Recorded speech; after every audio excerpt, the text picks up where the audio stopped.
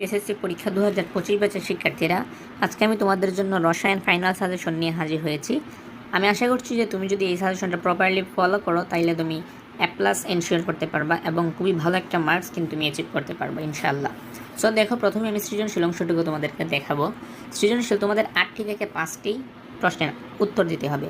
So এখানে তোমার কিন্তু 5টি প্রশ্ন যদি কমন পড়ে তাইলে কিন্তু 5×10=50 তুমি পেয়ে যেতে পারো, এবং বহু নির্বাচনী 25টি থেকে 25টি দিতে হবে। এবং বহু নির্বাচনী সাজেশন আমি দেখাবো।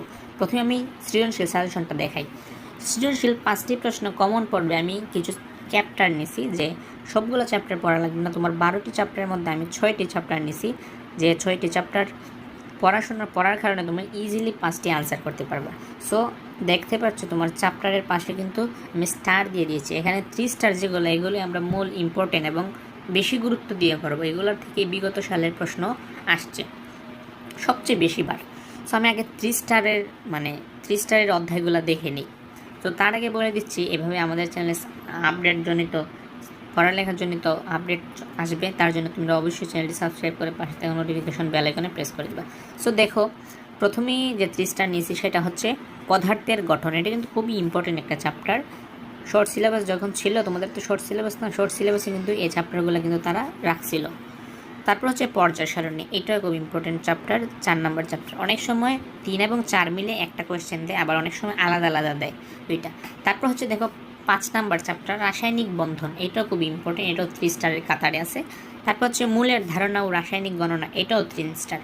তারপর হচ্ছে রাসায়নিক বিক্রিয়া, এটাও 3 স্টার। এখন দেখো 3, 4, 5, 6, 7 টানা 5টা চ্যাপ্টার কিন্তু এখানে খুবই খুবই গুরুত্বপূর্ণ। এখানে টানা 5টার মধ্যে আমি বলতে পারি যে 5টাই কমন আসবে, 90% সম্ভাবনা। আর 5টা যদি নাও আসে, অ্যাটলিস্ট এখান থেকে তোমরা 4টা কম আনসার করতে পারবে, অ্যাটলিস্ট 4টা আসবে। এগুলো কিন্তু আলাদা আলাদা করে কিন্তু সৃজনশীল আসে, মানে প্রত্যেক চ্যাপ্টার ওয়াইজ আলাদা আলাদা করে দেয়, আবার অনেক সময় মিক্স করেও দেয়। সো 4টা তুমি ইজিলি কমন পেয়ে যাবা, 4টা ইজিলি কমন পেয়ে যাবা। তারপর যারা বেশি নিরাপদ থাকতে চাও, যেহেতু এটা বোর্ড পরীক্ষা, তাদের জন্য কী করণীয় সেটাও আমি বলবো। সো এই 4টা চ্যাপ্টার 3 থেকে একদম 7 পর্যন্ত সিরিয়াল ওয়াইজ।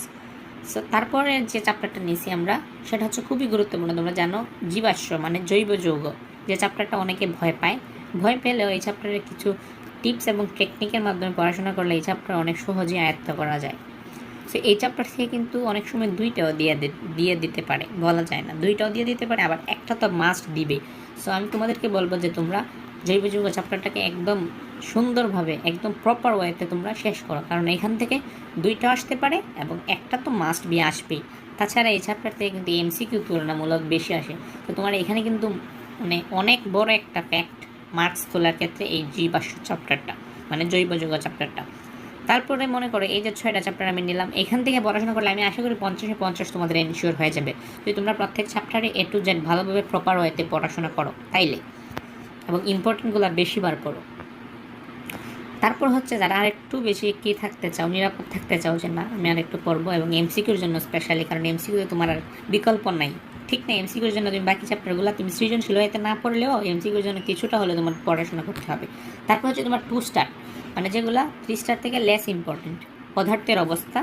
তারপর আমি নিছি হচ্ছে তোমাদের রসায়ন ও শক্তি, এই 2টা চ্যাপ্টার হচ্ছে 2 স্টার। এই 2টা চ্যাপ্টার পড়লে তোমার MCQর জন্য আমি মনে করি আরও বেশি ক্লিয়ার হয়ে যাবে। এই 2টা চ্যাপ্টার তোমরা চাইলে পরে নিতে পারো। তারপর হচ্ছে 1 স্টার, এগুলো থেকে আসতেও পারে সৃজনশীল, নাও আসতে পারে, 50-50 চান্স, মানে বেশিরভাগ ক্ষেত্রে আসে না আসলে। অ্যাসিড কারক সমতা, আমাদের জীবন রসায়ন, এগুলো তোমরা চাইলে একটু পরে নিবে, স্পেশালি MCQর জন্য। আর যেগুলো 3 স্টার নিলাম, এগুলো তোমাদের ফার্স্ট প্রায়োরিটিতে রাখবা, মানে ফার্স্ট অ্যাটেম্পট এগুলোতে থাকবে। আমি 6টা চ্যাপ্টার ভালোভাবে শেষ করবো, তাইলে আমি আশা করি যে তোমাদের 5টা জিনিসের ইজি হয়তো কমন পড়ে যাবে। এবার আমরা নৈর্ব্যক্তিক সাজেশন, MCQ সাজেশনটা দেখি। তোমাদের অধ্যায় আছে, সরি এটা টাইপিং মিস্টেক, তোমাদের অধ্যায় আছে হচ্ছে এখানে 12টা, 14টা না 12টা অধ্যায় আছে তোমাদের কেমিস্ট্রিতে।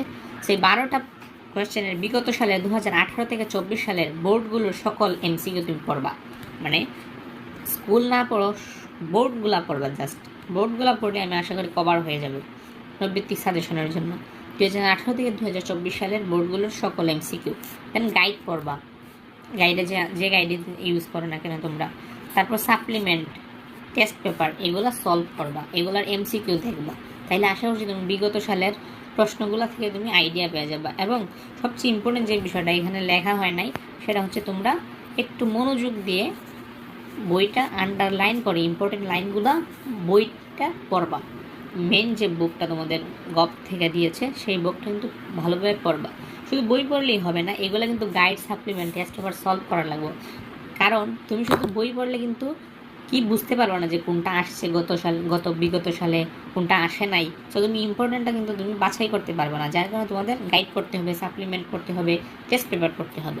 এবং এই 12টা চ্যাপ্টার থেকে তোমরা মিনিমাম 18 থেকে 24 সালে শিক্ষা বোর্ডের কীগুলা সলভ করবা।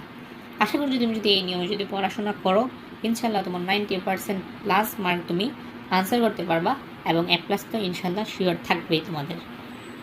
আজকের মতো এ পর্যন্ত, দেখা হবে অন্য একটি ভিডিওতে। চ্যানেলে ভালো লাগলে অবশ্যই লাইক, কমেন্ট এবং তোমার ফ্রেন্ডসের কাছে শেয়ার করে দিবা, সাবস্ক্রাইব করে পাশে থাকবা। আল্লাহ হাফেজ।